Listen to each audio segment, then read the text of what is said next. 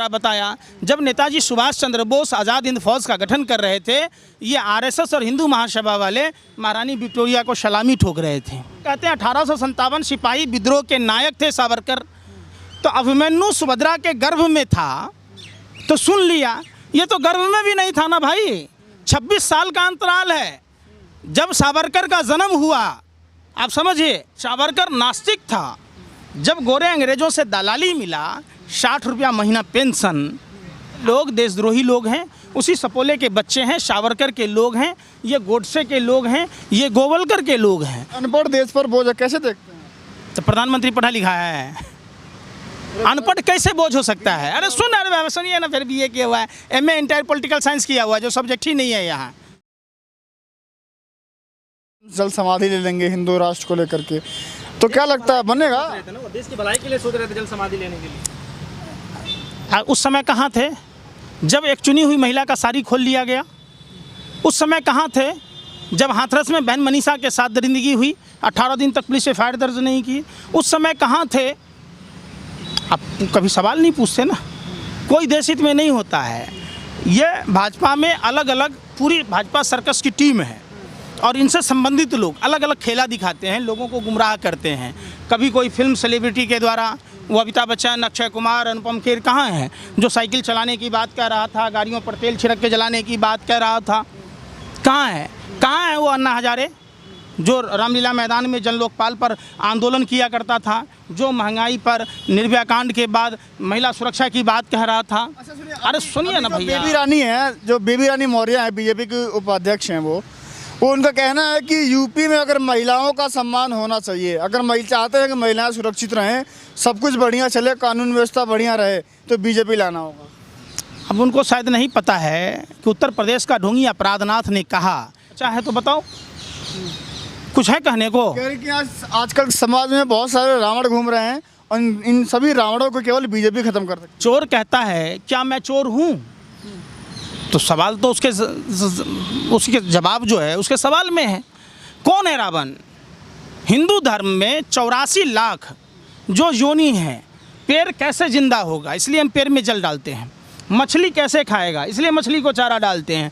पक्षी को चारा डालते हैं, गाय को खिलाते हैं, यहाँ तक कि कुत्तों के खिलाने की भी व्यवस्था है। आप समझिए। तो महिला होकर के बोल रही हैं कि महिलाएं यूपी में सुरक्षित है, तो कहीं उन्होंने फील किया होगा। या स्मृति ईरानी तांडव करती थी, आज महिला हैं। जब गैस सिलेंडर के दाम बढ़ गए, पेट्रोल डीजल के दाम बढ़ गए, डेली आदमी हिंदुस्तान का जो खोलता है TV, अखबार पढ़ता है, तो यही देखता है कि कितने पॉकेटमारी हुई हम पर, तो उस पर क्यों नहीं बोल रही? कहाँ है हेमा मालिनी? हेमा मालिनी बोली जब सारी खुला, तो स्मृति ईरानी बोली, यही महिला नेता मौर्य जी बोली। देश के विकास में अरे फिर बीके क्या पता कुछ नीतियाँ बन रही होंगी। कहीं कोई नीति नहीं बन रहा, गुमराह करना इनका मेन मकसद है। जैसे मदारी पढ़े लिखे लोगों को भी अपना जंतर और मंजन बेच जाता है, भारतीय जनता पार्टी के लोग पूरे देश को बेवकूफ़ बना रहे हैं। आपने देखा अमित शाह जी ने क्या कहा, अनपढ़ देश पर बोझ है। हाँ, ये बड़ा चल रहा है मुद्दा कि अनपढ़ देश पर बोझ है, कैसे देखते हैं? तो प्रधानमंत्री पढ़ा लिखा है, अनपढ़ कैसे बोझ हो सकता है? अरे सुनिए ना, फिर BA किया हुआ है, MA इंटायर पॉलिटिकल साइंस किया हुआ है, जो सब्जेक्ट ही नहीं है यहाँ। आप समझिए, अनपढ़ क्या होता है? वो भी हमारे देश के लोग हैं। जब देश का गृह मंत्री ही तारीपार होगा, एक जो समाज में रहने लायक नहीं होगा, तो दूसरे को ऐसे ही कहेगा। आप ठीक है, उनकी कमियां थी, वो नहीं पढ़ पाए, आर्थिक स्थिति सही नहीं थी, नहीं पढ़ पाए। इसका मतलब आप थोड़ा ना कहिएगा कि ये समाज में रहने लायक नहीं है, ये धरती का बोझ है। ये कहने का अधिकार आपको किसने दिया? आप बताइए ना। ये संविधान बाबा साहब अम्बेडकर के संविधान से चलेगा, ये साझी विरासत का देश है। कहीं आपने अपने ऊपर तो नहीं लिया कि अनपढ़ वाली बात, क्योंकि लोग बात कमेंट में कहते हैं कि पंकज जी बिना सह वाली पैर वाली बात करते हैं। जो जैसा होता है वैसा ही सोचता है, जो जैसा खाता है अन्न वैसा उनका मन। ये लोग देशद्रोही लोग हैं, उसी सपोले के बच्चे हैं, सावरकर के लोग हैं, ये गोडसे के लोग हैं, ये गोवलकर के लोग हैं, जिनकी मनसा देश की आज़ादी के समय देश को गुलाम बनाने की थी। आज वो उसी प्रक्रिया में काम कर रहे हैं। इतना तो सावरकर का भी चल रहा है। राजनाथ सिंह और JP नड्डा जी ने बोला है कि सावरकर जैसा देशभक्त हुआ ही नहीं है, और तो बिल्कुल परम देशभक्ति थे वो। कैसे देशभक्त हुए? उनको बदनाम करने की एक साजिश चल रही है। 1883 को सावरकर का जन्म हुआ, अब ये कहते हैं 1857 सिपाही विद्रोह के नायक थे सावरकर, तो अभिमन्यु सुभद्रा के गर्भ में था, तो सुन लिया, ये तो गर्भ में भी नहीं था ना भाई। 26 साल का अंतराल है। जब सावरकर का जन्म हुआ, आप समझिए, तब युद्ध 26 साल पहले ख़त्म हो चुकी थी। दूसरा जो आंदोलन हुआ, असहयोग आंदोलन, उसको कुचलने की बात ये लोग कर रहे थे। ये लोग भारत छोड़ो आंदोलन कुचलने की बात कह रहे थे, श्यामा प्रसाद मुखर्जी। इसी एवज में गोरे अंग्रेज़ों ने खुश होकर इन लोगों को गार्ड की नौकरी दी। 1941 में श्यामा प्रसाद मुखर्जी ने बंगाल प्रांत में सरकार बनाई और धर्म के आधार पर विभाजन की बात की। 1943 में गुलाम हुसैन खां और जिन्ना ने सिंध प्रांत में सरकार बनाई और अखंड भारत को खंड खंड किया। दांडी मार्च का विरोध किया, नमक आंदोलन का विरोध किया, सत्याग्रह का विरोध किया। दूसरी बात, सावरकर 6 बार चिट्ठी लिख चुका है और 1924 में इस बात पर सहमति बनी कि गांधी, नेहरू, कांग्रेस और मुसलमान तीनों का विरोध करेंगे। सावरकर नास्तिक था।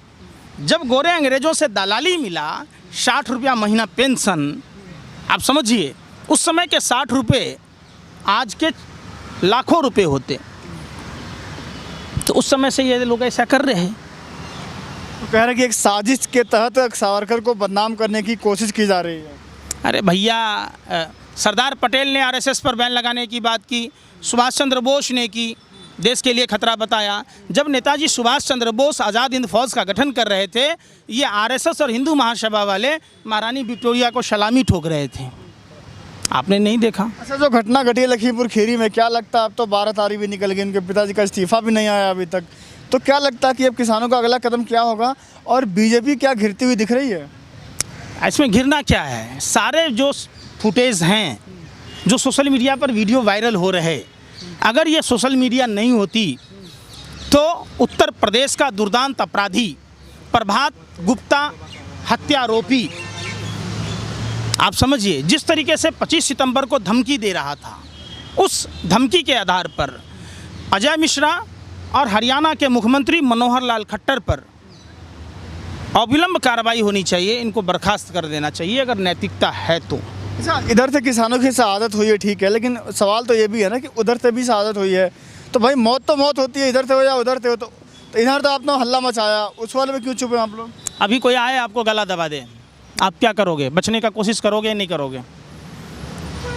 वो गोलियां चलाने वाला वीडियो देखा था, किसका था? सो बताओ ना आप हमें।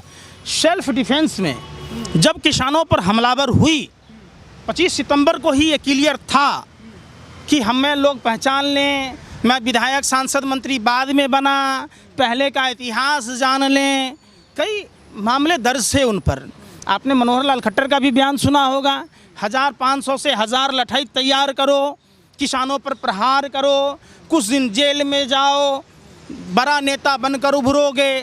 तो जिसके यूनिवर्सिटी में यही चीज़ पढ़ाई जाती हो, यही घटना आप जामिया के प्रोटेस्ट में देखा होगा, जेएनयू में देखा होगा, आपने शाहीन बाग के आंदोलन के समय देखा होगा। यही चीज़ किसान आंदोलन के बीच में आकर भाजपा आरएसएस के लोग एक सुनियोजित साजिश, षड्यंत्र और प्रयोग के तहत इस तरीके की बातें करते हैं।